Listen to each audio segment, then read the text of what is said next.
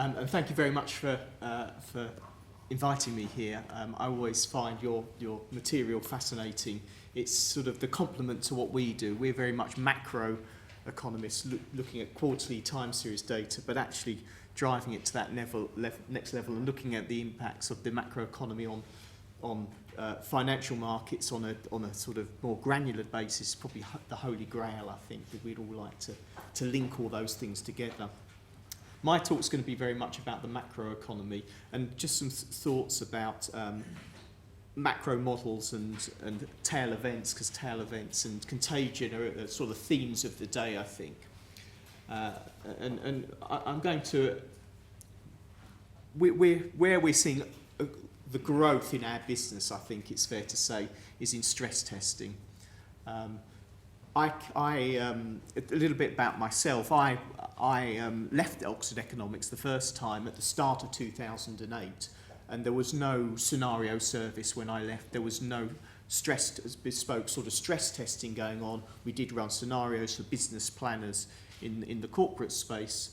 I left in 2008 with impeccable timing to join a retail bank with a large mortgage portfolio. So I learned a lot about stress testing very quickly because I was in the stress testing, the model building and stress testing part of that bank, and house prices were falling quite rapidly. So I quickly became interested in stress testing out of necessity. And when I came back to Oxford in May 2014, it was straight into what we call expanding the EBA stress test for a large bank, one of the people you're partnered with, actually. So stress testing has grown in importance to us. We've had to think about how we use the model to do stress testing, how we can capture tail risk and contagion. I'm going to talk a little bit about the linkages in the model, and I'm going to talk about I'll talk a little bit about the limitations of the model, because it's a traditional macro model after all, and look at the sort of scenarios we're running through at the moment.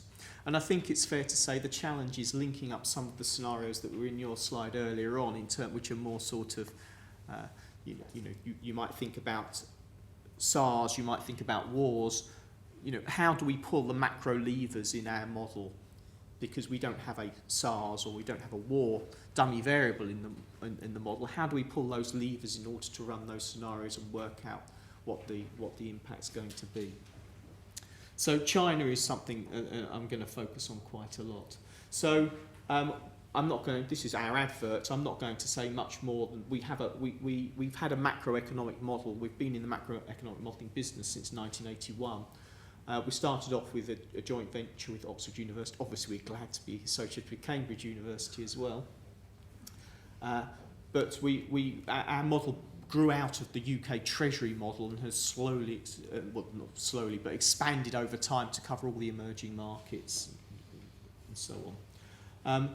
The stress testing that we do at the moment has focused on the regulatory stress tests that have been that our clients have been asked to run. So we have the CCAR exercise in the UK, the EBA exercise, and we've recently been doing the Bank of England exercise. So these exercises are usually you're given a very small number of economic variables to play with.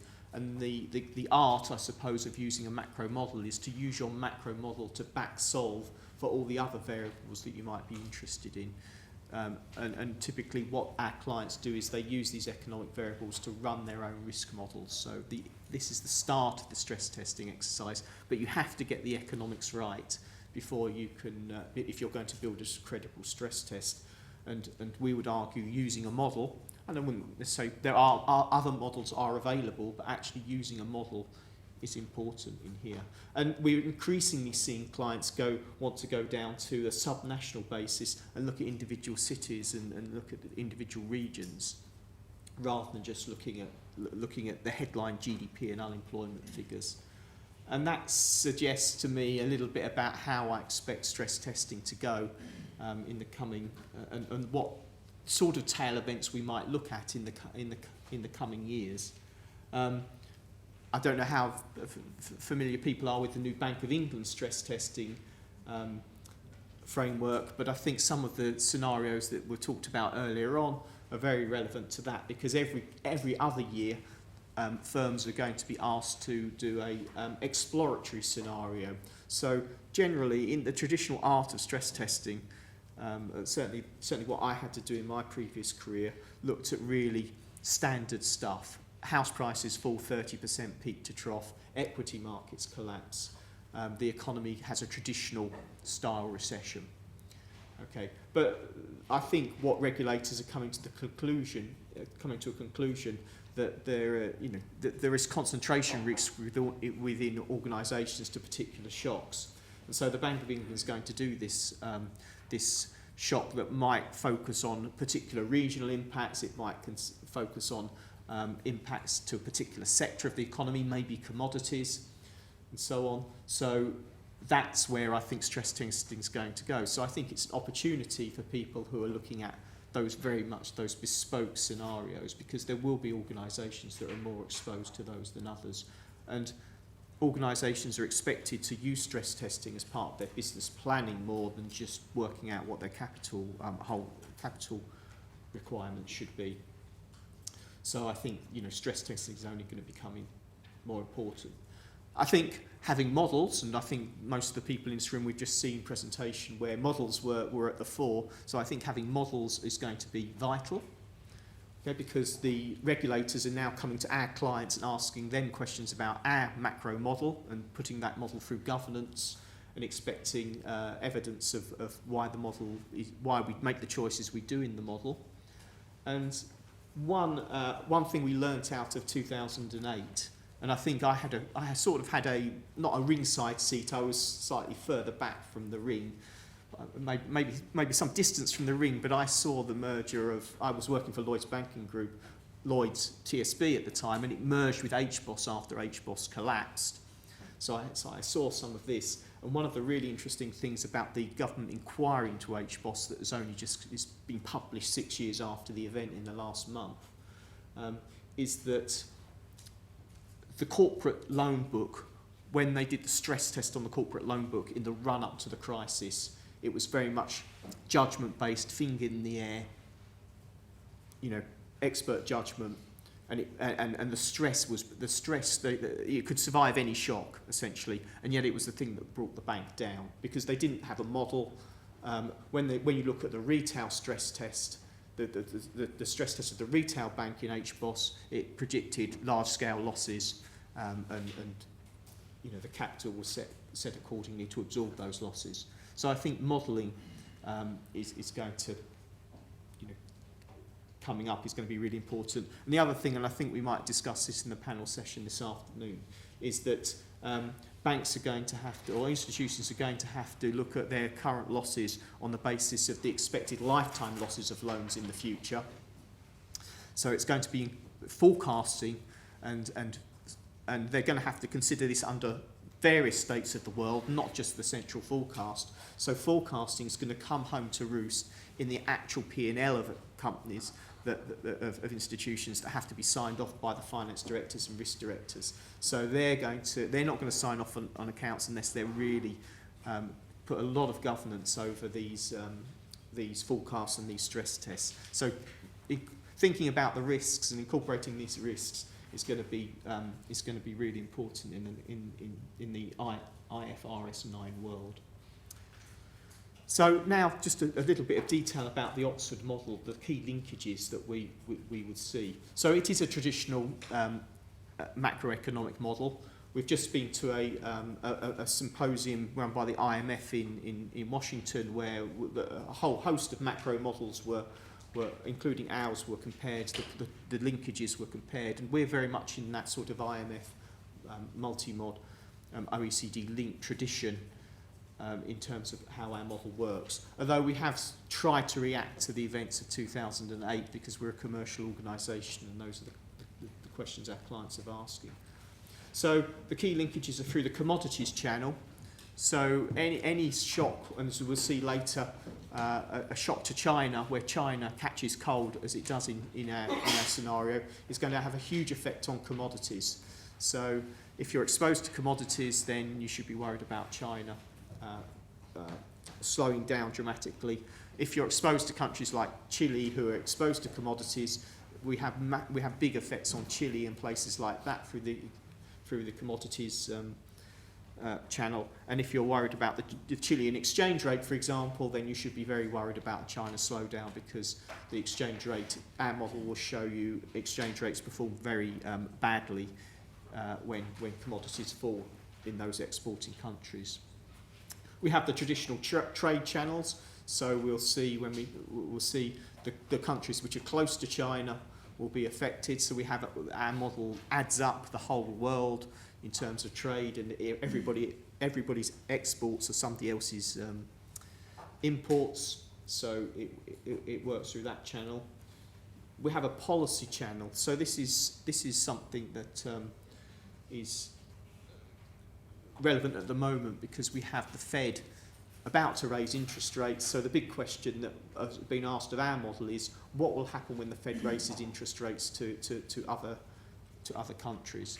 And typically what our model will suggest is we're likely, and we already have seen it actually, markets anticipating, we've seen large depreciations of currencies in emerging markets over the last year because of anticipation of the Fed action. And our model suggests that's one of the main channels through which it will work. But there will also be some countries who, faced with this relative change in the return on investment, will have to put up their interest rates. So there will be some upward pressure on interest rates in these countries, and that's another transmission mechanism that the model will capture. Asset prices, probably reasonably self-explanatory. If equity prices go down in one country, then in the US, then others tend to follow that.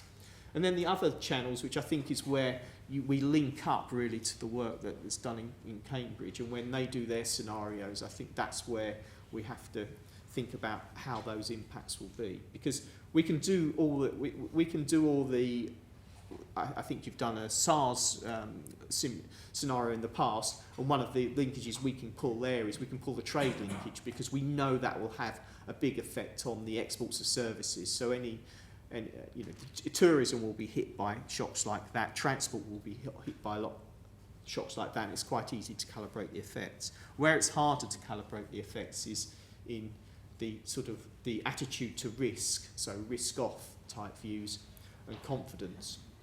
So we have channels, we have mechanisms to do that.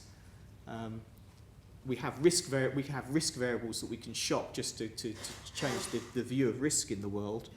And we have confidence levers we can pull to get those sort of shocks that are outside the equations, because a consumer spending equation depends on income and interest rates and wealth and things like that. But when fear takes over, how do we calibrate that sort of shock? Well, I think one thing that did come out of 2008, 2009 is we know a little bit more about how to calibrate those shocks, given what happened to markets at that time, and what we saw beyond what the equations could predict. So just as we saw an example earlier on of a few minutes ago, of a model that predicted a worse outcome than actually happened, because the policy response was in there. Actually, if our model doesn't predict that outcome, because some of it's down to fear and confidence, then actually the size of the residual in the model can tell us how to calibrate the shock in future. What are the current risks that we're looking at? So again, I'm giving a different perspective of risk to the ones that were mentioned on. We start off by thinking about what the economic risks are. So we have a China hard landing, and these probabilities are subjective. They're based on our sort of view, our view of the world, and our view about the triggers that might cause these risks to happen. So the China hard landing is a big shock to Chinese investment, essentially. The Fed tightening is a view that the markets seem to be under.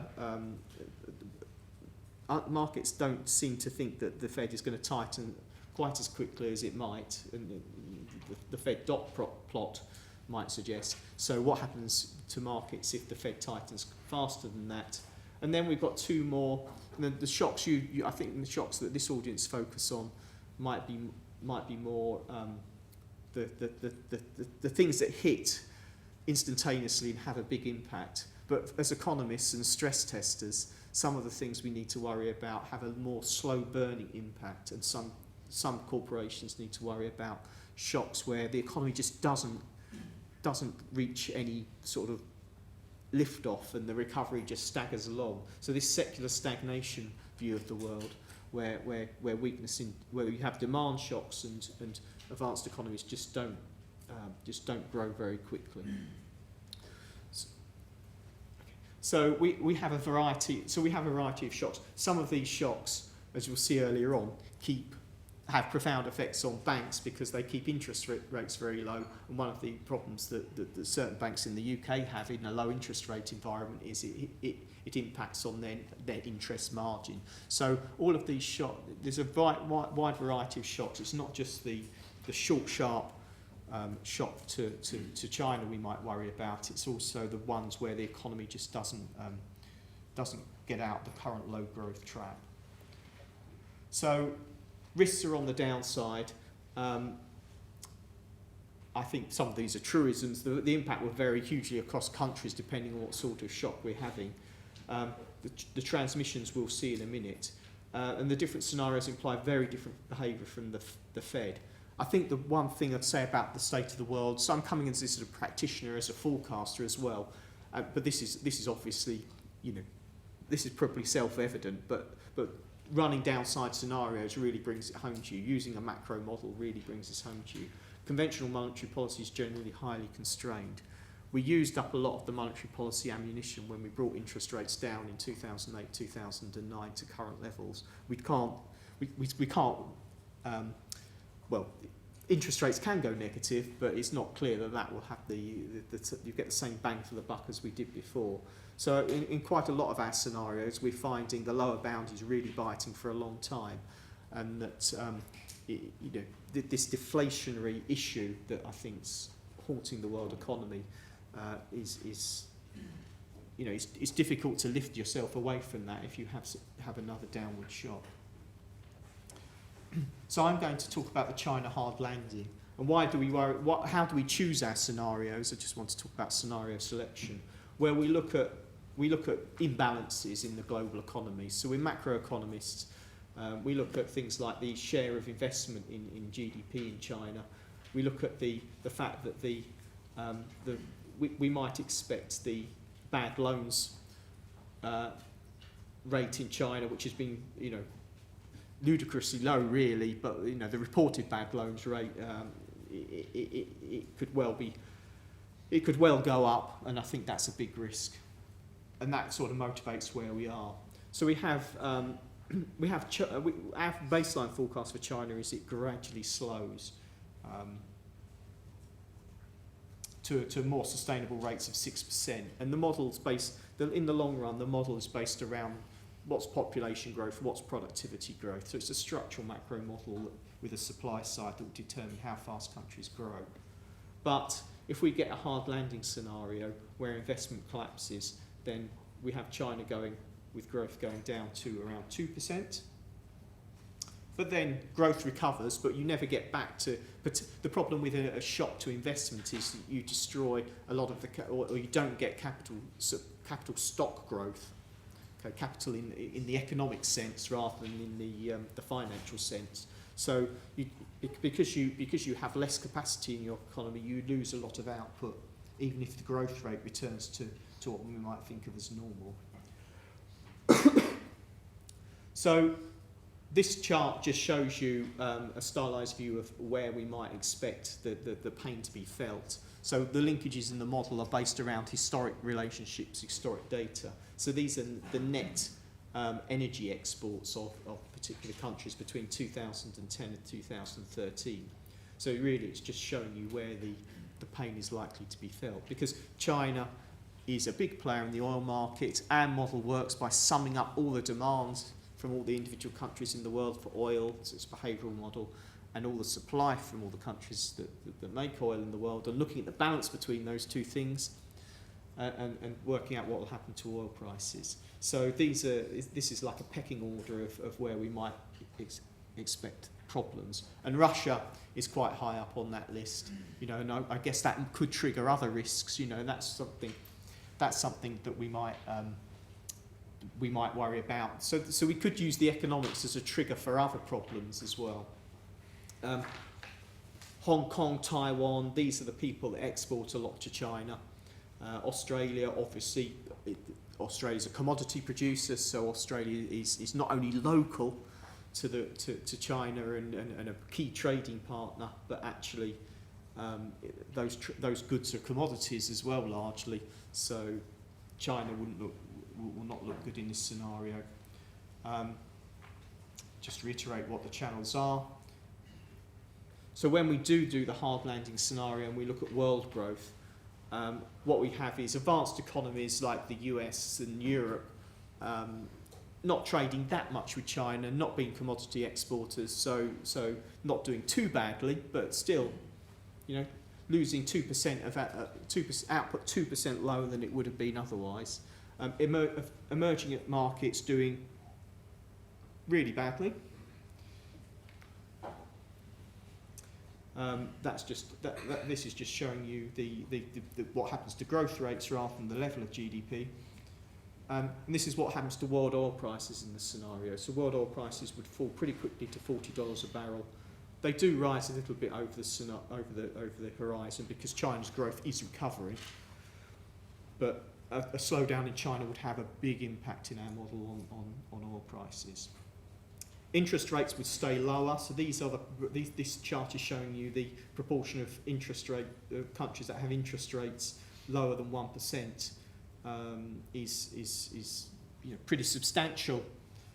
There is room for what the model suggests is there is room for a policy response in lots of countries, and the red bars are showing you what would the impact would be. The red increment or in this case it's removing from the interest rate is showing you the net effect of the scenario on interest rates. So most countries, there's a lot of policy easing where there's room. Swiss interest rates would go very negative in this scenario. There are countries like Brazil where the economic problems are so entrenched that we think they might have to even raise rates in this case to defend their currencies. In most advanced economies, you get lower bond yields.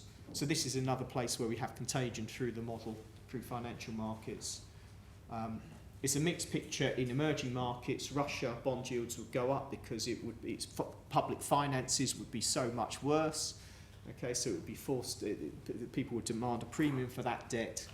I won't say anything about nominal GDP. In terms of the GDP impact, Singapore is the country that's affected the most. It's a very open economy. Exports, imports are over 100% of GDP. So the trade channel, it just gets hit really badly through the trade channel.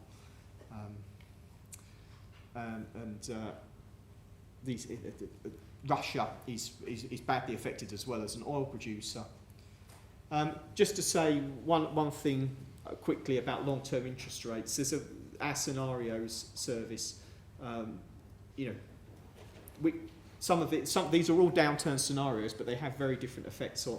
There's a global growth surges one, so I don't want to get the impression we're completely pessimistic and full of doom and gloom. But if you do stress testing, then you do only tend to look at the downside. But there's a bond fright, the bond fright one, where the US interest rates surge. You know, there's a downside scenario with higher bond yields because the markets get spooked. In most of the scenarios, bond yields will go down, particularly in the secular stagnation scenario, where you'd get locked into a low growth era. So my final thoughts are, traditional macro models are a useful tool because they do capture these channels. I think a common criticism of these models in the past were they weren't calibrated over times of stress severe enough to describe tail events. So a model is only good for you know, it's only completely reliable or as reliable as it can be over periods where you've seen history. That history of stressed events is in the data. That's harder to argue today, actually, that criticism, because we had 2008, 2009, so we have seen a tail event, I would argue, at least in a macroeconomic sense, that we can calibrate against. The last recession provided a useful set of shocks. We can look at volatility measures like the VIX and work out what, in our model, what you need to shock confidence by in equity markets in order to generate that sort of level of the VIX. So we can say it's half a great financial crisis, or it's 2/3 of a great financial crisis. We can have a set of shocks we can throw in the model to do that. But I do think financial contagion in our sort of model will always be hard to capture, and there will always be a role for sort of judgment and expert views in that. And each shock, no doubt the next shock will be different from the last, so we have to be on our guard against that.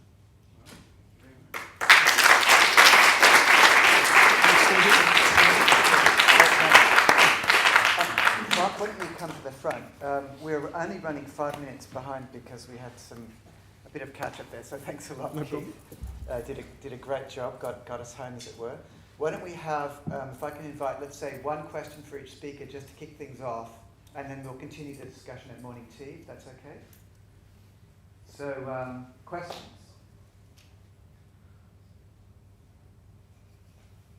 Just want to introduce myself first. I'm part of the City bank. I'm part of the commodities market risk team at City.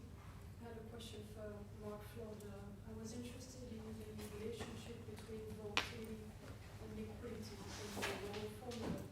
In your view, and just part of your research, I haven't really thought through about the formula itself, but does a low volatility environment does it have a positive relationship to liquidity? And what would be, in your mind, an optimal level of volatility that would guarantee liquidity in the market? So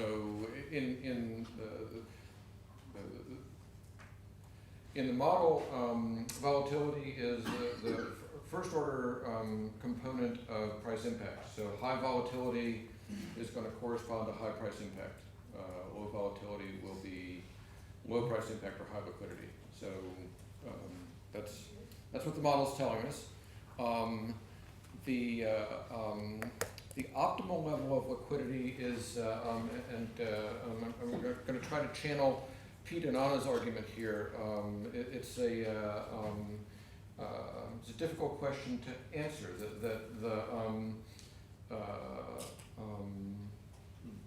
The way the model works is that speculative capacity shows up in equilibrium where it's needed. So if risk-bearing capacity is needed in the market, that market will pay extra for risk-bearing capacity, and the speculators will be attracted there. So in equilibrium, the risk-bearing capacity will sort of spread itself out to participate in those markets where it's needed, and in a sense, then liquidity is always optimal. Okay, great. Now, sure, we can follow that up with some other sort of bit of steer this one toward macroeconomic modelling. Do we have a question now for Keith? Andrew, so a question? Yes. So, when you work with your customers who are financial services institutions implementing their stress tests, obviously there are regulatory stress tests, and then there are stress tests that you might, scenarios that you might develop. Obviously we hear a lot about their focus on regulatory stress tests. They're forced to kind of do those. How much interest and how much operationalization, if that's the right word, is there on these other stress tests that you come up with, and how do you sort of interact with your clients around those scenarios? So I think it's fair to say most people are still focused on the regulatory stress test because they have to be. They have to do these. There's a few examples though coming through of more focused stress tests. I'll give you a couple of examples actually. So one institution has asked us to model the impact of an event in Dubai, a sort of an unspecified sort of attack, some sort of attack on Dubai, which causes property prices to slump, because I think it's fair to say that property prices in the UAE have been frothy recently, and so what will be the impact on their book so house prices collapsing, migrant, the economy runs off migrant workers. What would happen if they left? So that's a labour supply shock. So that's that particular part of this global organisation is focused very much on its own part of the book. Another scenario that we've run for a UK retail bank is one where it's akin to the secular stagnation one, because they're worried about they have a lot of customers on a very low standard variable rate, which they can't really fund profitably. What will happen if interest rates just stay low for a long period of time? Because that standard variable rate is X basis points above base, and they actually would like these people off their book probably, but these people won't remortgage because they're on such a great rate. So they want to know. The worst thing that could happen for them really is the interest rates, because then it's all about their income statement rather than about, so stress tests are not just about the risk side of the book, the losses, they're also about the income statement as well, and that's where those people are focused. All right, well, thank you very much, and let's thank our speakers again.